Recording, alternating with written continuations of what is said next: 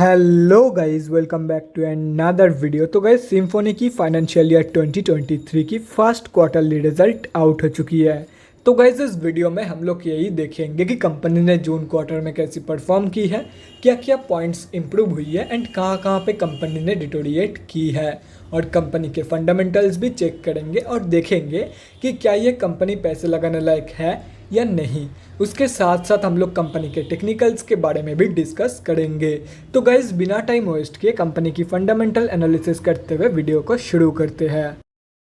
तो गाइज, अगर इस कंपनी के बिजनेस के बारे में डिस्कस करें तो ये company residential, commercial and industrial air coolers की मैन्युफैक्चरिंग करती है। एंड ये कंपनी ये काम 1988 से करती आ रही है। मतलब अपनी फील्ड की ये एक बहुत ही पुरानी एंड एक्सपीरियंस्ड कंपनी है।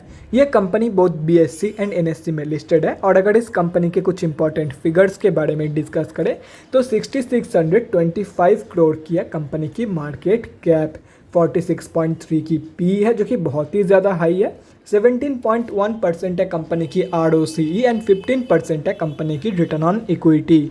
लास्ट 6 मंथ्स की रिटर्न नेगेटिव में जा चुकी है, नेगेटिव बाई 4.68%। एंड लास्ट 3 साल की जो सेल्स ग्रोथ है वो 7.19% के आसपास निकल के आ रही है। बुक वैल्यू से बहुत ही ज़्यादा ऊपर ट्रेड कर रही है। डिविडेंड यील्ड 0.32% है एंड फेस वैल्यू 2 रुपये की है। अभी अगर इस कंपनी की जून क्वार्टरली की रिजल्ट के बारे में डिस्कस करें तो गाइस, जून 2022 के क्वार्टर की अनऑडिटेड कंसोलिडेटेड फाइनेंशियल रिजल्ट आप लोगों के सामने है। एंड यहाँ पे जितने भी सारे फिगर्स हैं वो सब करोड्स में दिया हुआ है।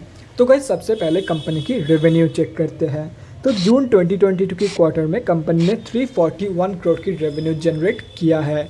और अगर ये मार्च 2022 की क्वार्टर एंड जून 2021 की क्वार्टर से कंपेयर किया जाए तो मार्च 2022 की क्वार्टर में कंपनी ने 400 करोड़ की रेवेन्यू जनरेट किया था एंड जून 2021 की क्वार्टर में 238 करोड़ की रेवेन्यू। तो ईयर ऑन ईयर बेसिस पे कंपनी ने एक हेल्दी रेवेन्यू ग्रोथ तो यहाँ पे दिखाई है, लेकिन क्वार्टर ऑन क्वार्टर बेसिस पे कंपनी की जो रेवेन्यू ग्रोथ है वो नेगेटिव में जा चुकी है। अभी अगर कंपनी की नेट प्रॉफिट मतलब प्रॉफिट आफ्टर टैक्स के बारे में डिस्कस करें तो जून 2022 की क्वार्टर में कंपनी ने 29 करोड़ की प्रॉफिट पोस्ट किया है। मार्च 2022 के क्वार्टर में कंपनी ने 64 करोड़ की प्रॉफिट पोस्ट किया था एंड जून 2021 की क्वार्टर में कंपनी ने 6 करोड़ की प्रॉफिट जनरेट किया था। तो again year on year basis पे कंपनी ने एक ज़बरदस्त प्रॉफिट ग्रोथ यहाँ पे दिखाई है, लेकिन क्वार्टर ऑन क्वार्टर बेसिस पे कंपनी की जो प्रॉफिट ग्रोथ है वो नेगेटिव में जा चुकी है। अभी अगर कंपनी की EPS मतलब अर्निंग पर शेयर के बारे में डिस्कस करें तो गाइस, अगेन यहाँ पे भी आप लोगों को सेम चीज़ें देखने को मिलेगा। ईयर ऑन ईयर बेसिस पे कंपनी ने एक ज़बरदस्त EPS ग्रोथ दिखाई है, लेकिन क्वार्टर ऑन क्वार्टर बेसिस पे कंपनी की जो EPS ग्रोथ है वो नेगेटिव में जा चुकी है। तो अगर ओवरऑल देखा जाए तो ईयर ऑन ईयर बेसिस के हिसाब से कंपनी ने बहुत ही ज़बरदस्त परफॉर्मेंस दिया है, लेकिन क्वार्टर ऑन क्वार्टर बेसिस पे कंपनी ने अंडर परफॉर्म किया है इन जून 2022 की क्वार्टर।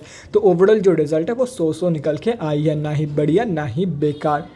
ठीक ठाक परफॉर्मेंस कंपनी ने दिया है इन जून 2022 की क्वार्टर। अभी अगर कंपनी के बैलेंस शीट के हेल्थ के बारे में डिस्कस करें, फाइनेंशियल ईयर 2022 में कंपनी की रिजर्व के साथ साथ डेट भी इंक्रीज हुई है, लेकिन अगर देखा जाए तो रिजर्व स्लाइटली ज़्यादा इंक्रीज हुई है कंपेयर टू कंपनी की डेट। मतलब बैलेंस शीट की हेल्थ इंप्रूव हुई है इन FY 2022। एंड अगर ओवरऑल देखा जाए तो डेट की कंपैरिजन में कई गुना ज़्यादा पॉजिटिव रिजल्ट मौजूद है कंपनी के पास। तो ओवरऑल जो बैलेंस शीट की हेल्थ है वो भी बहुत ही बढ़िया है। अभी अगर कंपनी के कैश फ्लोज के बारे में डिस्कस करें तो कैश फ्लोज की जो कंडीशन है वो भी इंप्रूव हुई है इन FY 2022। FY 2021 में कंपनी के पास पॉजिटिव 14 करोड़ की कैश फ्लोज मौजूद थी, जो कि अभी इंप्रूव होकर पॉजिटिव 29 करोड़ की हो चुकी है। एंड यहाँ पे आप लोग देख सकते हो FY 2021 के कंपैरिजन में कंपनी ने डबल ग्रोथ यहाँ पे दिखाई है। अभी अगर कंपनी की जून क्वार्टर की शेयर होल्डिंग पैटर्न के बारे में डिस्कस करें तो यहाँ पे आप लोग देख सकते हो जून की क्वार्टर में प्रमोटर्स की होल्डिंग अनचेंज्ड है। FIIs ने सेलिंग करी है एंड DIIs ने बाइंग। एंड अगर एंड ऑफ द क्वार्टर देखा जाए तो पब्लिक से माल उठाया गया है। एंड यहाँ पे आप लोग देख सकते हो पब्लिक में 2 ही बड़े रिटेलर की होल्डिंग है। एंड अगर ये दोनों कैलकुलेट करते हो तो इस कंपनी में हम अब जैसे छोटे मोटे रिटेलर की जो होल्डिंग है वो अप्रॉक्सीमेटली 9% के आसपास निकल के आ रही है। तो गाइस, अभी कंक्लूजन पे आते हैं, क्या आप लोगों को इस कंपनी में पैसा लगाना चाहिए या नहीं। तो देखो गाइस, मैं आप लोगों को यही बोलूँगा, आप लोग डेफिनेटली इस कंपनी में पैसा लगा सकते हो, लेकिन लॉन्ग टर्म के लिए, शॉर्ट टर्म के लिए एज सच मैं इस कंपनी को रिकमेंड नहीं करूँगा। बाकी अगर कंपनी के ऊपर भरोसा है तो आप लोग जा सकते हो, लेकिन शॉर्ट टर्म के लिए मैं रिकमेंड नहीं करूँगा। अगर पैसा लगाना चाहते हो तो लॉन्ग टर्म के व्यूज़ रखना, मतलब 5 साल 10 साल या तो फिर उससे भी ज़्यादा के व्यूज़ रखना, उससे कम की नहीं। एटलीस्ट अगर इस कंपनी में पैसा लगा रहा है तो 2-3 साल के लिए तो उस पैसे को भूल ही जाना है आप लोगों को। तो गाइस अभी अगर कंपनी के टेक्निकल्स के बारे में डिस्कस करें तो गाइस यहाँ पे हम लोग आ चुके हैं एनएससी के डेली चार्ट पे। सबसे पहले उन लोगों के बारे में डिस्कस करते हैं जो लोग इस कंपनी में long term and short term के लिए एंट्री प्लानिंग कर रहे हैं। तो देखो गाइस, कंपनी अभी जहाँ पे ट्रेड कर रही है उसकी सबसे क्लोजेस्ट सपोर्ट बेस निकल के आ रही है 823-824 रुपये के लेवल पे। तो अगर ये कंपनी आप लोग को इस प्राइस रेंज पे मिल जाती है तो आप लोग एक बहुत ही बढ़िया एंट्री प्लान कर सकते हो। और अगर बाई चांस कंपनी यहाँ तक की फॉल शो नहीं करती है तो एटलीस्ट 900 रुपये के नीचे ही रखने की कोशिश करना अपनी एंट्री प्राइस। और रही बात स्विंग ट्रेडर्स की, तो गाइस यहाँ पे आप लोग देख सकते हो कंपनी यहाँ पे डबल बटन पैटर्न फॉर्म किया है एंड इसका ब्रेकआउट भी हो चुका है, लेकिन कंपनी ने रिट्रेसमेंट नहीं दिया है। यहाँ पे आप लोग देख सकते हो। तो रिट्रेसमेंट के बाद आप लोग एंट्री प्लान कर सकते हो फॉर द लेवल ऑफ 1092।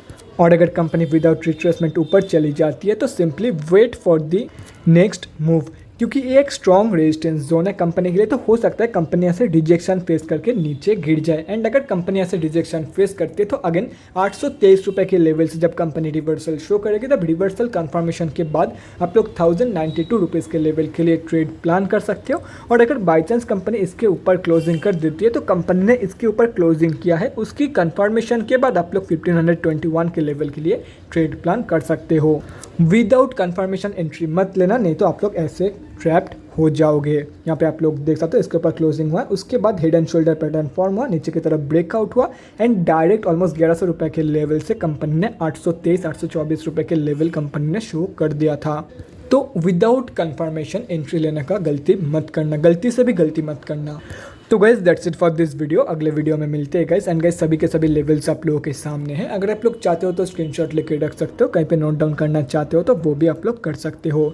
तो guys thanks for watching this video. और गाइस अगर आप लोगों के मन में कोई भी डाउट या क्वेरी रहती है स्टॉक मार्केट या किसी भी स्टॉक से रिलेटेड तो कमेंट सेक्शन में कमेंट करके मुझसे पूछ सकते हो, या तो फिर मेरे इंस्टाग्राम का लिंक आप लोग को डिस्क्रिप्शन बॉक्स में मिल जाएगा, जाके वहाँ पर मुझे DM कर सकते हो for an 1-on-1 conversation. Thanks again for watching guys, bye guys and definitely guys stay safe.